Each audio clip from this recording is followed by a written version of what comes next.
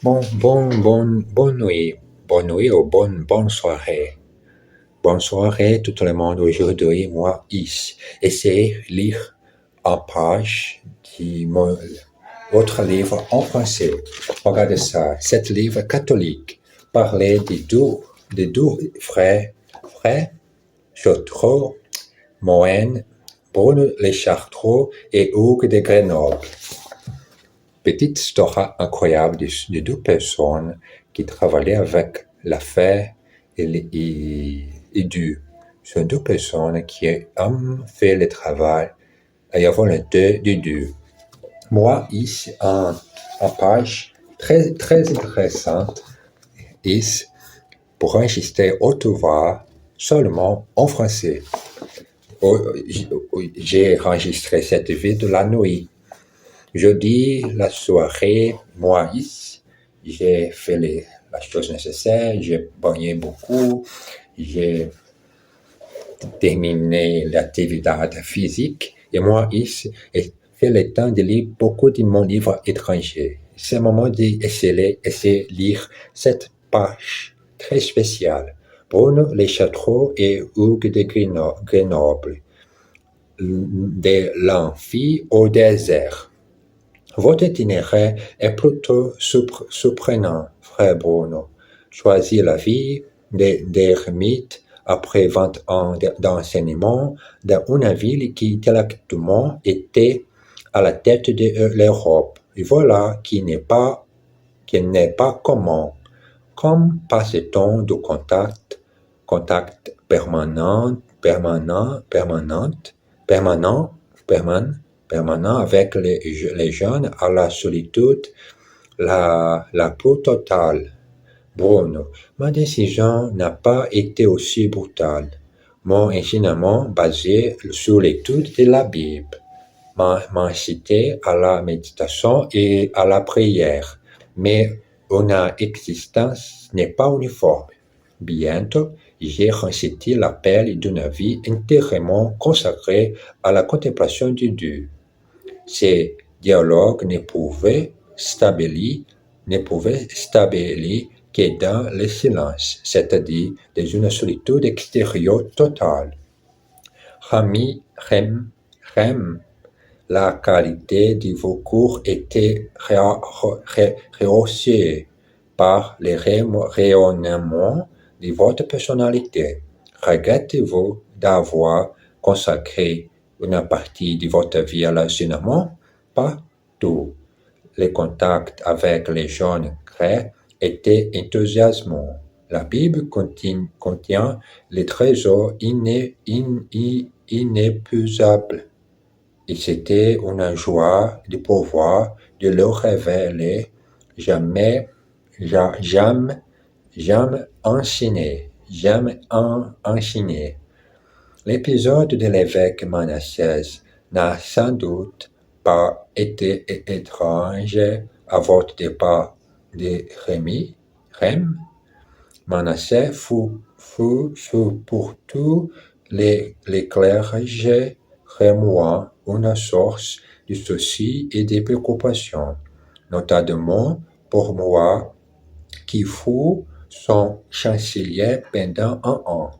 Je me suis souvent érodé à lui. À propos de ses choix, il cherchait à remplir ses caisses. Et moi, je les aurais plutôt vidées en faveur des pauvres. Mais ce n'était peut-être pas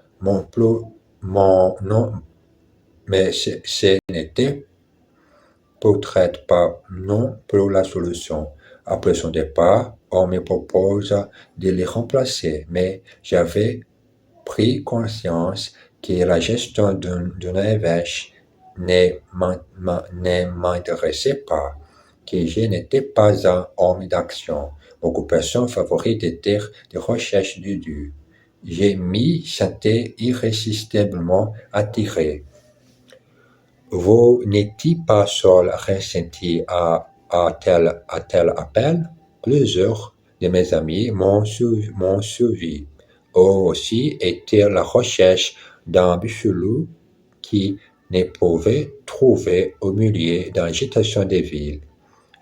vous leur avez proposé une forme de vie monastique plutôt originale. Comme peut-on à la fois être ermite et membre d'une communauté?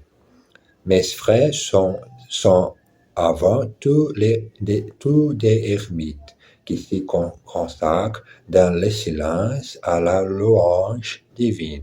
Mais autre que le lieu de la chartreuse ne pour permettre à un homme seul de subsister. La solitude comporte des risques non négligeables.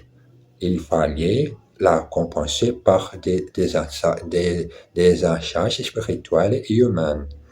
La communauté que nous fournions au départ avec mes 6 compagnons a assigné un relais à chacun. Ainsi, d'où laïque assurer la vie matérielle. Un des ermites, les chapelains, étaient prêtres et assurait les officiels divins. L'un et moi-même apportions la nourriture doctrinale, puis aussi à même la Bible. Une partie des officiels communautaires nous rassemblait à l'église. Chez un chrétien, la recherche de Dieu n'est pas séparable de la pratique de la charité fraternelle. C'est pourquoi vous avez oublié au pape sans trop de regret. C'est vous qui le dites. Mon départ pour Rome fut pour moi, au contraire, un enrichissement, et je ne me suis jamais senti à laisser parmi les fastes de la cour pontificale quand j'ai la possibilité de retrouver la solitude à Sainte-Marie. J'ai retrouvé de même que la joie de la contemplation et à côté d'elle, les succès, les honneurs pesaient pour des choses en mon expérience. Bon, cet texte c'est une conversation avec le Brun de Château. Mais Brun de Château est mort à beaucoup de temps. Mais parler un peu de la vie religieuse, les contemplations, la volonté de Dieu. Et c'est le premier texte haute voix ici en français. Bon, j'ai terminé l'exercice d'aujourd'hui haute voix et seulement en français. Merci beaucoup et continuez ta progression avec une langue étrangère. À bientôt.